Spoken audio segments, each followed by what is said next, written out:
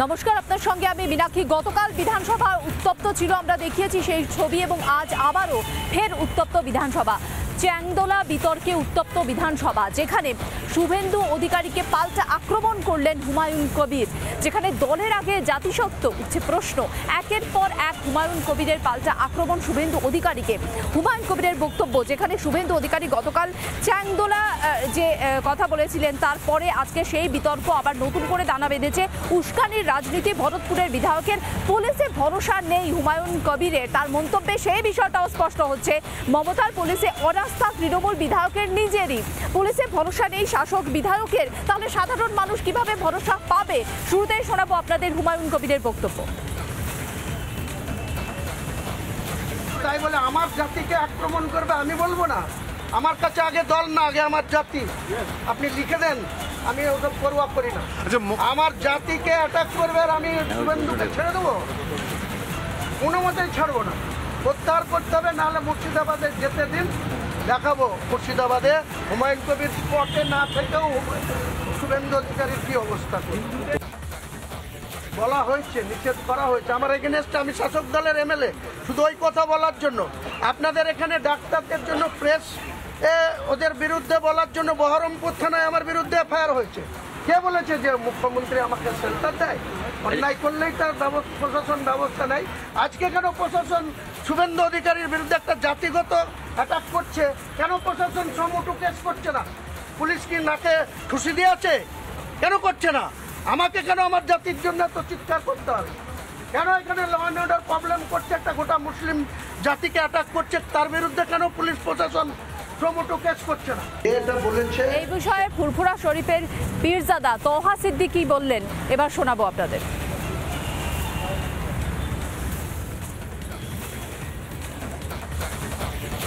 বাংলায় কথা আছে, বিড়াল যখন ঠালায় পড়ে তখন গাছে ওঠে। তো শুভেন্দু অধিকারী কি সেই জিনিসটা হচ্ছে?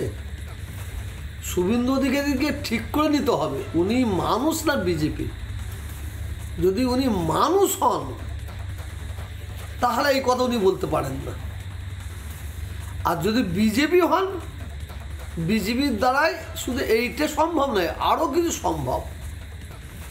2026-এ দেখছে পায়ের তলার মাটি সরে যাচ্ছে। আমার মনে হয় যার জন্য উনি এত চেঁচাচ্ছেন, আমার মনে হয় এদের মুখ আর মুখোশ জানতে পেরে গেছে, মানে যেটা মানুষের কাছে খুব হাসির পাত্র হয়ে গেছে।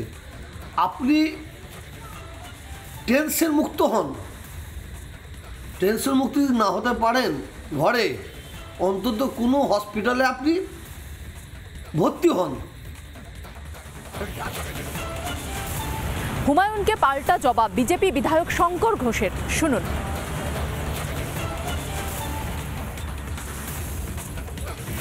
বিধানসভার সদস্য, শাসক দল তৃণমূল কংগ্রেসের বিধায়ক হুমায়ুন কবির এবং সিদ্দিকুল্লাহ চৌধুরী যেভাবে গণতান্ত্রিক রীতিনীতি ভেঙে বিরোধী দলনেতাকে বেনজির আক্রমণ করেছেন, এটা গণতন্ত্রের কালো অধ্যায়।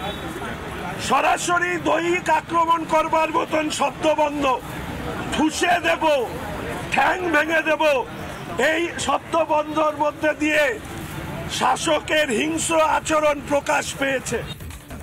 গতকালও বিধানসভা উত্তপ্ত হয়েছিল, আমরা দেখেছিলাম, এবং আজও বিধানসভা উত্তপ্ত হচ্ছে। যাদবপুর ইস্যু কিন্তু বিধানসভায়ও পৌঁছে গিয়েছে, এবং এই যাদবপুর বিশ্ববিদ্যালয়ে একের পর এক খবর সামনে আসছে, যেখানে আরও অধঃপতন স্পষ্ট হলো যাদবপুর বিশ্ববিদ্যালয়। যাদবপুর বিশ্ববিদ্যালয় আরও অধঃপতিত হলো। জাতীয় ইনস্টিটিউট অফ এমিনেন্সের যে তকমা, জাতীয় তকমা, তার দৌড় থেকে ছিটকে গেল যাদবপুর বিশ্ববিদ্যালয়। এবং তার কারণ হিসেবে কি বলা হচ্ছে, যেখানে রাজ্য বাজেটে যাদবপুর বিশ্ববিদ্যালয়ের জন্য বাজেটে কাটছাট করা হচ্ছে। অর্থাৎ রাজ্য সরকার কি উদাসীন যাদবপুর বিশ্ববিদ্যালয় সম্পর্কে?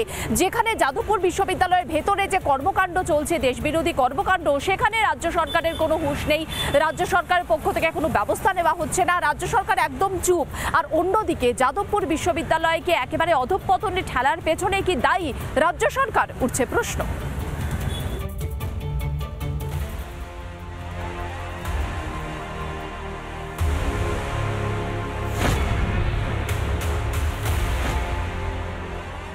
যাদবপুর বিশ্ববিদ্যালয়ের জন্য আরও একটি লজ্জার দিন। বাজেটে কাটছাট করতে গিয়ে ইউজিসির ইনস্টিটিউট অফ এমিনেন্স তালিকার দৌড় থেকে ছিটকে গেল যাদবপুর বিশ্ববিদ্যালয়। ইনস্টিটিউট অফ এমিনেন্স স্কিমে ৩,২৯৯ কোটি টাকার প্রস্তাব দেওয়া হয় কেন্দ্রের তরফে। কেন্দ্র সরকার ১,০০০ কোটি টাকা দেওয়ার প্রস্তাবও দিয়েছিল, কিন্তু রাজ্য তার অংশ নিয়ে কোনো ভরসা দেয়নি। উল্টে বাজেট কমিয়ে ৬০৬ কোটি করা হয়। আর সেই কারণেই এই জাতীয় তকমা পাওয়ার দৌড় থেকে ছিটকে গেল যাদবপুর বিশ্ববিদ্যালয়। সংসদে বিজেপি সাংসদ শ্রমিক ভট্টাচার্যের প্রশ্নের উত্তরে এমনটাই জানিয়েছেন কেন্দ্রীয় শিক্ষা প্রতিমন্ত্রী সুকান্ত মজুমদার। এই মুহূর্তে শিক্ষার উৎকর্ষ সাধন কিংবা কোনোভাবে যাদবপুর বিশ্ববিদ্যালয়ের মর্যাদা রক্ষা করতে বিন্দুমাত্র তৎপর রাজ্য সরকার নয়, এদের কোনো আগ্রহই নেই। ক্যাম্পাসে শহুরে নকশালতে দাপট, নেশার আঁতুড়ঘর, দেওয়ালে দেশ বিরোধী স্লোগান লেখায় আমল দেয় না রাজ্য।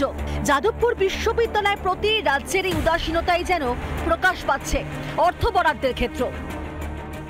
আমরা দেখলাম যে কেন্দ্র সরকার এবং রাজ্য সরকার এই দুয়ের ম্যাচিং শেয়ারের দ্বন্দ্বের মধ্যে পড়ে যাদবপুর এই গ্র্যান্টটা হাতছাড়া হলো একটা শতাব্দী প্রাচীন বিশ্ববিদ্যালয়ের আরও বেড়ে ওঠার সম্ভাবনা। গরিব বাড়ির ছেলেমেয়েরা যাদবপুর বিশ্ববিদ্যালয়ে পড়তে পারবে না, তার বন্দোবস্ত রাজ্যের সরকার করছে। রাজ্য কেন দু ধাপে এতটা ফান্ড কাট করে দিল যাদবপুর বিশ্ববিদ্যালয়ের জন্য? যদিও এমনও অনেকেই আছেন যারা এখনই আশাহত হচ্ছেন না। যাদবপুর ইউনিভার্সিটি চিরকালই ফান্ড ক্রাইসিসে ভোগে এবং তার যা এক্সেলেন্সি সেই অভাব সত্ত্বেও।